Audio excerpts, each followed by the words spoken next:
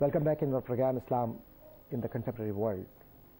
And naturally, Islam is a beautiful religion which protects every sort of knowledge and disciplines. So, keeping this fact in our view, we were discussing about Islam and science. Professor Dr. Iqbal Chaudhry Sahab, before our short break, we were discussing about the Muslim Ummah and science. I said that there are a few Muslim scholars which are internationally known, but the number is, as I said, is very few actually, and this clearly reflects that system is not working. You see, there is absolutely no dearth of intellectualism or brightness. You know, our youth are as good as anywhere in the world.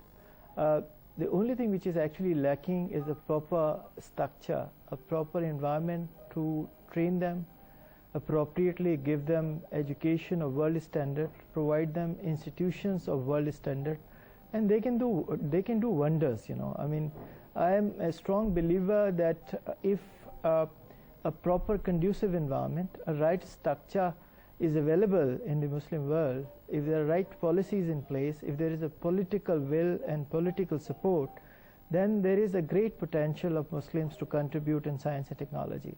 And I want to give you one example, because there is a, as I said, there is a great link between science and technology and economic development. All 57 Muslim countries put together have a GDP of about 1,200 billion US dollars, while the GDP of Germany is about 5,000 billion dollars. France is about 2,500 billion dollars, and even a small country like Norway has a GDP of about 1,500 billion dollars. That clearly reflects that the people are not contributing towards economic development, and the main reason is that we are not able to provide them right type of training and education, which eventually lead to economic development. They become value added. Their contribution become more pronounced towards socio-economic development. Our people are unfortunately not trained. Education is not provided. Japan, Tokyo alone has over 1,000 universities and many world-class institutions. But you hardly find any Muslim university in top 500 or top 1,000, despite the fact that Muslims are about 1/5 of human population. But unfortunately, things are not really working, because most of the Muslim countries do not really have science policies and political will to invest into science and higher education. So you think there should be a proper interaction or cooperation among Muslim countries or Muslim Ummah and the scientists? There should be an exchange program of scientists among these countries, and the youth naturally cannot be ignored, and our sisters, female or women of Muslim Ummah is a great part of community building and community promotion. So they should be included. So, and these are the realities we have to check with proper manner. And Dr. Mansoor, you think that our women, our youth, they have been taken into that particular circle of research and professionalism with reference to science? As Dr. Iqbal Chaudhry said, that we have potential. The more students are taking interest, especially the women are taking interest in researches, and they are spending a lot of time as compared to boys also. And they are really very dedicated, and they invented many things all over the world, not in only Muslim countries, but all over the world. In Muslim countries, they are also working. For example, as Dr. Iqbal Chaudhry said, in Malaysia, Malaysian women are very hardworking, and they have invented many things. You don't think that Pakistani women, they are also hardworking? Are also, yeah, they are contributing, but they are having less chances, facilities, and lot of other constraints also from their houses, also barriers, we can say.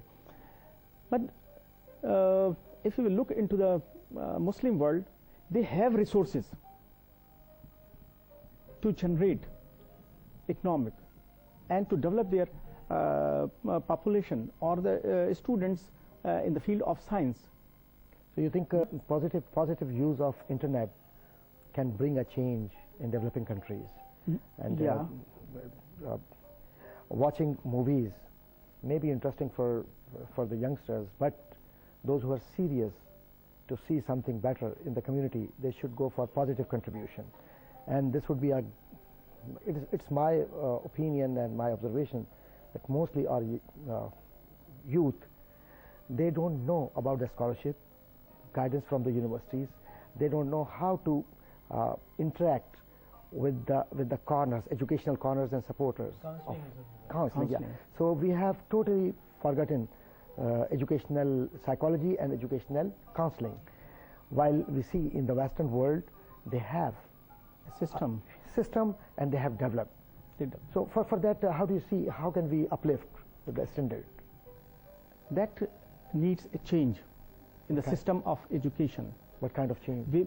For example, nowadays private universities are playing more roles towards this side, counseling. They are very good in counseling and attracting the people, but whatever they are producing. Is it counseling or is it marketing? Counseling towards marketing. So they might be using educational psychology. But you will surprise Dr. Qadri. For example, our students are 100 in science side. The 25 students are learning and taking interest in research. Yeah, this is a great change if you will compare in back years. They are using internet and they are asking their questions about the subject, and they are very curious to investigate the things, how they are happening, and what we should have to do for that. They are having interest here. Exactly, we need counseling and the management. Exactly. Dr. Iqbal Chaudhry Sahab, would you kindly say something about the standard of education and how can we attach or affiliate our youth and make their research behavior so that they can invent something like our ancestors they invented. While they had no facilities, they had so many problems and hurdles from the community and outside the community, and their resources were limited. But apart from all these difficulties, they deleted no from their history, and they said this is yes for the promotion.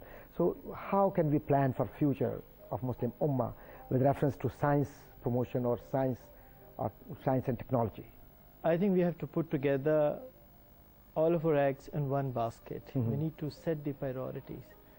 Education and science and technology should be the priority for any development planning. Without that, we would not be able to see any change in the socio-economic structure of the Muslim world also. Quality is the most important component of higher education system. We need to accept internationally recognized quality criteria. We need to build our universities on the pattern of top universities in the world. We need to have a merit-based system which believe on rewarding the merit and excellence, and which should really have inbuilt mechanism through which mediocre or so-called vegetative growth can be sent out from the system. That is very, very important. Yeah, I wish we could continue more and more, and having your contribution and your expertise in science and having your comments on Islam and science, but time is almost over, so we have to say you bye or Allah Hafiz or Khuda Hafiz with a note of thanks. Professor Dr. Mansoor Ahmed Sahab and Professor Dr. Iqbal Chaudhry Sahab, we are really thankful for your time and your presence with us in our program Islam in the Contemporary World. Dear viewers, we have observed that our scholars, what they said, it was 100% true. It's not only a matter of science and Islam, it is a matter of life and death of nation, the Muslim Ummah. And how can we improve our quality? we have to be sincere with education and research. We have to take our basic principles from our ancestors, the scholars, not necessarily from science only, from different disciplines. We have to see what is our priority and how would we go along with our problems and issues. But reality is that our single effort of sincerity can beat the challenges of the modern world. With a dua or prayers or the best wishes, may Allah bless all of you, and may Allah give us tawfiq or send a special blessing upon us, humanity, so that we can contribute something, so that we can contribute to this world, which is a world of peace, world of love, and world of Islam, and world of knowledge. With this dua, I would seek your permission to say you goodbye. Allah Hafiz. Assalamu alaikum wa rahmatullahi wa barakatuh.